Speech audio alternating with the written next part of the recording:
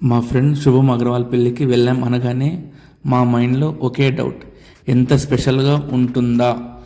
Food సింపుల్గానే ఉంటుందేమో, కానీ అక్కడికి వెళ్ళిన తర్వాత ఆ డౌట్ మొత్తం డైలాగ్లా మారిపోయింది. ఎందుకంటే మేము చూసినది ఊహకు కూడా మించి ఉన్న విందు. చెప్పాలంటే ఫుడ్ అంటే ఒక విందు కాదు, ఒక మహా పండుగలా పెట్టారు. ఎడమవైపు చాట్ కౌంటర్లు, కుడివైపు స్వీట్స్ వరుస. ఏది తినాలో ఏది వదిలేయాలో అర్థం కానంత వెరైటీ.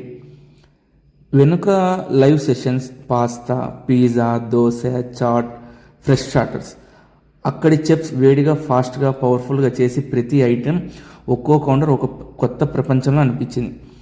మేమంతా ఒకేసారి ఒక చోట ఆగలేక ఒక కౌంటర్ నుంచి మరో కౌంటర్కి రన్ అవుతూనే ఉన్నాం. క్యూలో నిలబడి ఉన్నా కూడా మనసులో ఒకే ఆలోచన, ఇంకా ఏదైనా మిస్ అయిపోద్దేమో అని. ఇంత వైడ్ స్ప్రెడ్, ఇంత వెరైటీ, నిజంగా అన్బిలీవబుల్. ప్రతి డిష్ రుచి, సువాసన, ప్రజెంటేషన్ అన్నీ టాప్ క్లాస్. రాజస్థానీ కల్చర్ ఎంత అందంగా ఉంటుందో అలాగే ఒక్కో ఫుడ్ ఐటెం చూస్తూనే ఫోటో తీయాలా లేదా తినాలా అన్న కన్ఫ్యూజన్. నా ఫ్రెండ్ అందరూ మరొక లెవెల్ ఎంజాయ్ చేశాం.